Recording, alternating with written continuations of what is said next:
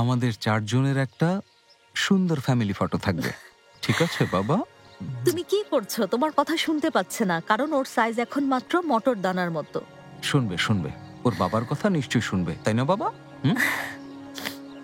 ও কি বলছে? আমাকে বলছে, আচ্ছা বাবা তুমি কবিতার মতো করে কথা বলছো কেন? দেখেছো আমাদের পরিবার বড় হচ্ছে ডার্লিং। ঠিক বলেছো, বড় হচ্ছে। জৈনেব, তুমি কি খেয়াল করেছো আমরা তো আগেও মা বাবা হয়েছি। সেলিমের কথা চিন্তা করে দেখো, ও কিন্তু এবারই প্রথম বড় ভাই হতে যাচ্ছে। আচ্ছা, কি মনে হয় ছেলে নাকি মেয়ে হবে? তাতে কি আসে যায়, তোমরা তিনজন সুস্থ থাকলেই যথেষ্ট।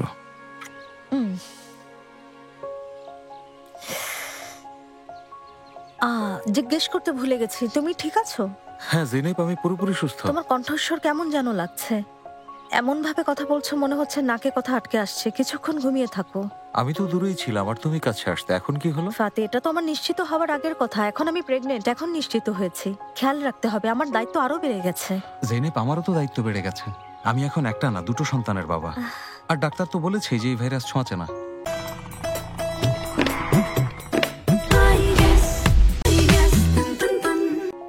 তুমি আসলেই অনেক ভালো বাবা।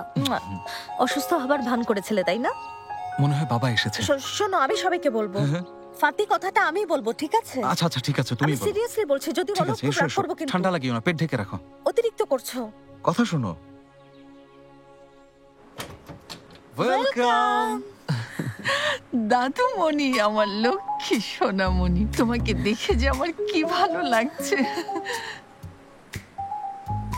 Congratulations dear. অভিনন্দন। দারুণ একটা উপহার দিলে মামনি, অভিনন্দন। জৈনেব ম্যাডাম, আমিও আপনাকে অভিনন্দন জানাচ্ছি। আপনাদের দুজনকেই অভিনন্দন। দোয়া করি আপনাদের বেবি যেন আপনাদের মতোই হয়। এসব এখনই কেন এনেছো? অনেক সময় বাকি আছে। সামান্য উপহার নিয়ে এসেছি, বেবি হলে আবার উপহার দেব। যাই হোক, আমি আপনাকে অভিনন্দন জানাতে চাই ফাতি স্যার। মাশাআল্লাহ, আল্লাহ আপনার মঙ্গল করুক। অনুমতি দিলে আমি এটা ভিতরে রেখে আসি। ওনারা কিভাবে জানলেন? কে বলেছে? আল্লাহ আল্লাহ, কে জানে কে বলেছে।